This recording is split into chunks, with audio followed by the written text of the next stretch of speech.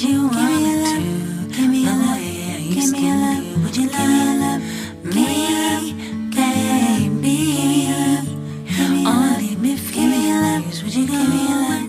Bring me your love. Yeah, heartbreak got the best of me, but I just keep on coming back incessantly. Oh, why did you have to run your game on me? I should have known right from the start you'd go and break my heart. Give me your love, give me your love.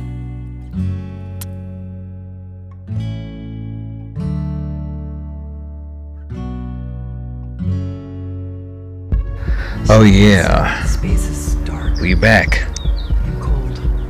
Our job is to bring light, bring warmth You're the love of my life, wherever we go. the love of my life. Can't wait to make you my bride. You're the love of my life, the love of my life. Can't wait to make you my bride.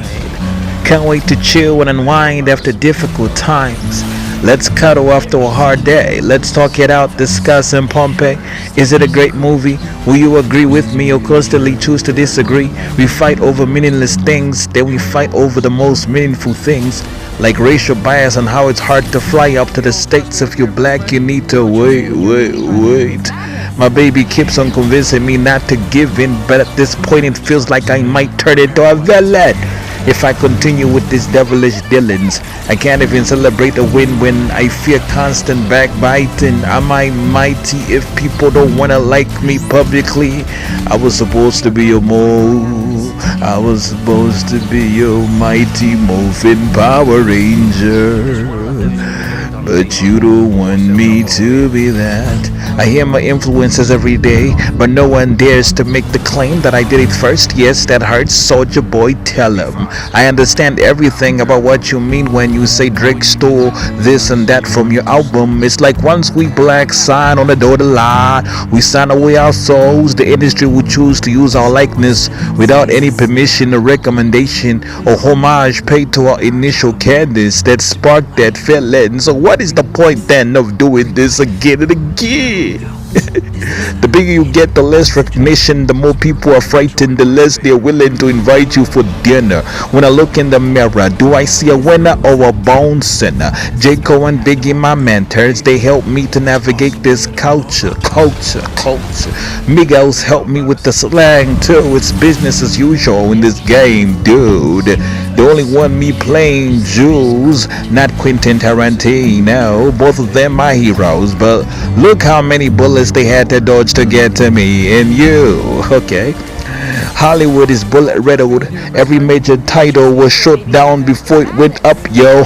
What happened to that dude from Malcolm in the Middle? He was special, but so was Michael J. Fox. Back to the future. Yo, Tui had to refrain from showing his face in front of the fox. I see a lot of foxy ladies that could have my baby. Foxy Brown, you drive me crazy. I apologize if that's offensive.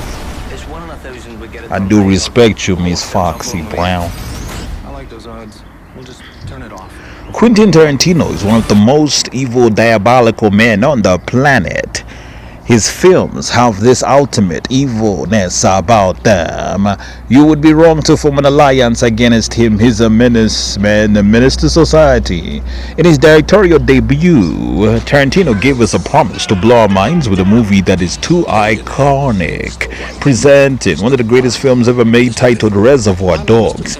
Its title is reflective of criminals who are taken to the slaughter simply because they often disobey the boss's orders. After a diamond heist goes wrong, 8 men must remain headstrong after suffering major beatings and humiliations by the coppers, the policemen who've been secretly keeping tabs on them. The film was not exactly blockbuster entertainment. Independent film at the time made on a measly $1.2 million.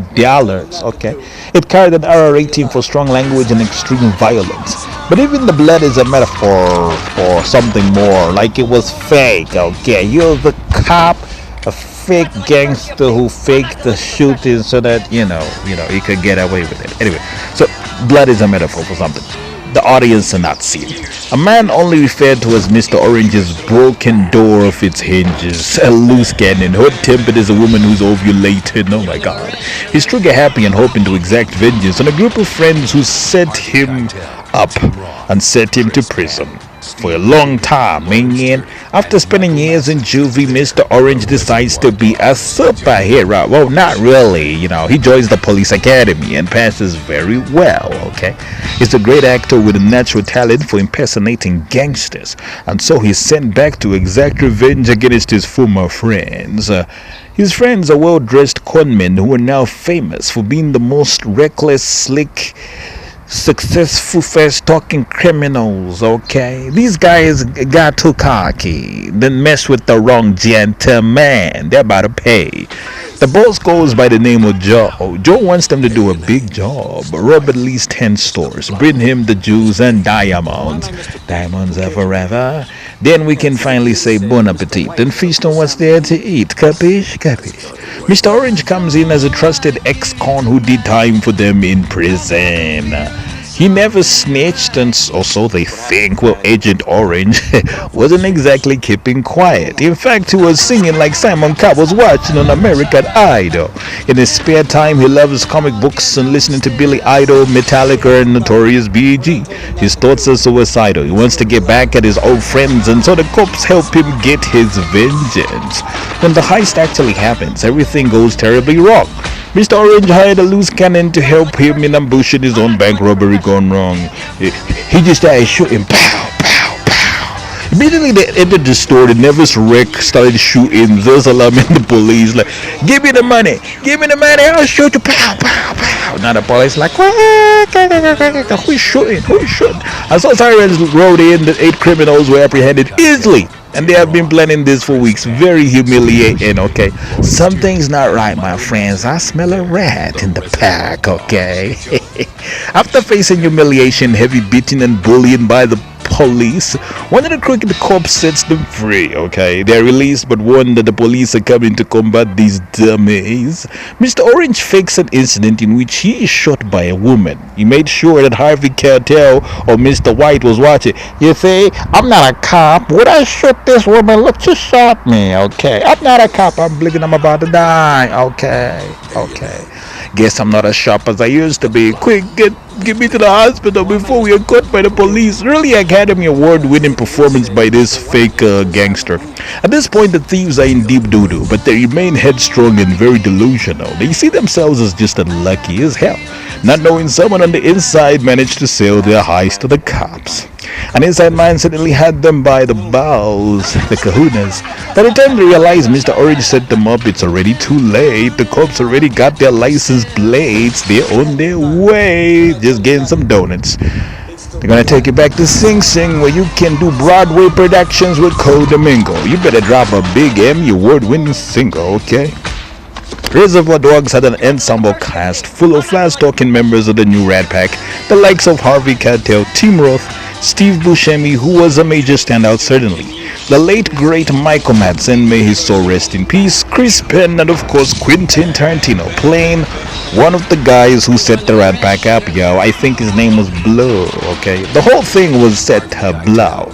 Reservoir Dogs was so pivotal and influential, such that it spawned a very powerful sequel called Pulp Fiction, starring Tim Roth reprising his role as undercover cop, John Travolta, Samuel L. Jackson, Uma Thurman, Bruce Willis, Ving Rhames, and the legendary Christopher Walken.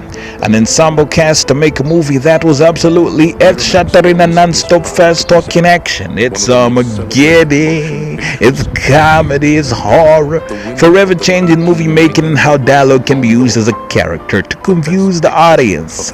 Usually the fast-talking, overly ambitious man or woman are the ones who squeal first, according to the Joker. This could mean from the very beginning everyone narrating a fantastic story is lying about everything. They're just trying to impress the friends. Believe them at your own parole. Now you see me, next you see my girl. Blow. According to the information I gathered from my workstation, both Samuel L. Jackson and John Travolta died during the first shooting sequence when they enter in surprise mother effers. What is not a country I never heard of. That first scene was very pivotal. Once they have those guys cornered and someone comes in shooting, Samuel Jackson claims, I dodged the bullet or two, man, I'm heaven sent. No, he's not. Okay, pay attention. When Jews apparently dodges bullets and feels like he's heaven sent, what happens is he dies and goes to heaven. Characters in the movie are obsessed with their own greatness. It's hubris that gets men killed. The sheer arrogance to think one is bulletproof will eventually end up in a bullet riddle solved by the police. So bullet riddle and white chalk circling out your tough talk. This explanation is puzzling but makes sense, since in the film's conclusion both Travolta and Jackson are seen talking in a diner, one that I suspect is part of heaven. They are soon robbed by Tim Roth and his girlfriend, the man who played Mr. Orange in Reservoir Dogs. My assumption is that Roth is also now part of heaven. He died during the shooting in part 1, and so now he's part of Heaven's Sons, testing the newly inducted Samuel Jackson and John Travolta. Hey, it's a stick-up, say. They will later be sent back to Earth to ambush more heist operations. It's very far-fetching, but believe me, this movie is far from an accident. It's based on events that took place between a pastor and a man claiming to have seen heaven. We all know the tales of people brought back to life after being forced to go to hell. Hell, I also witnessed hellish visions myself. I probably died and went to heaven, and God told me I need to return to help people survive their hellish destiny. I guess you have to be Christian to believe in it. It's not fairy tale, my friends. These strange occurrences actually do happen when you have faith and open up your heart to believe. It would be a great idea to watch Pulp Fiction again, this time noting that nothing that is happening is an accident. They are purposeful forms of judgment passed on from heaven towards evil gentlemen. It's their sentence for their hellish dealings. In fact, nobody makes it out alive when the main characters die and are forced to atone for their actions. Oh my God. In a conversation with Samuel L. Jackson, he told me that Pulp Fiction is about repairing one's bad karma. Everyone has to fix and conquer their own demons before they can reach heaven.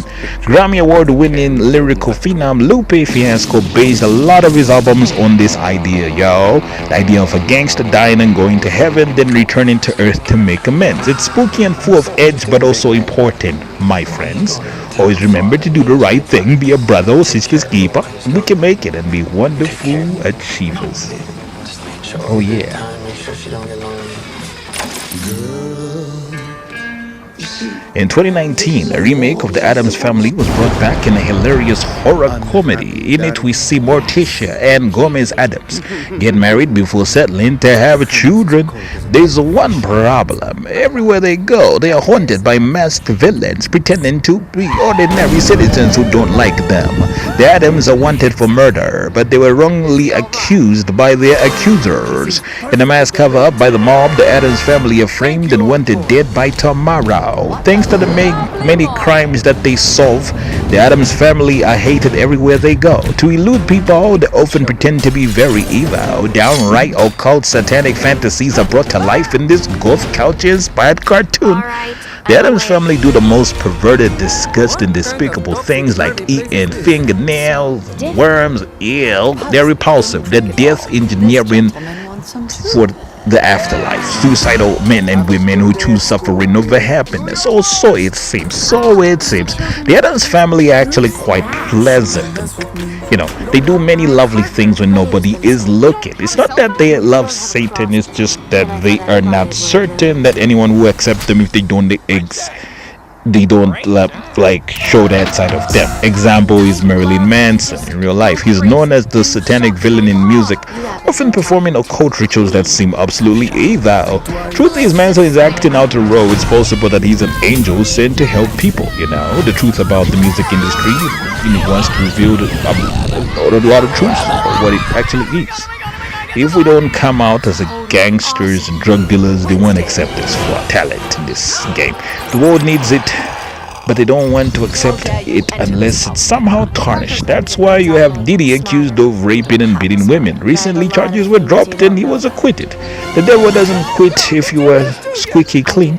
You have to get your hands dirty to help people who are actually doing dirty things. So then it means every musician is an undercover agent like Tim Roth's Mr. Orange. We are masquerading as villains because we want to save the world and make it a better place for you and me.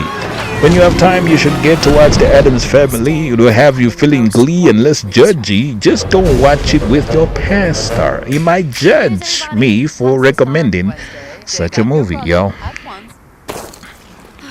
You're weakening the gene pool.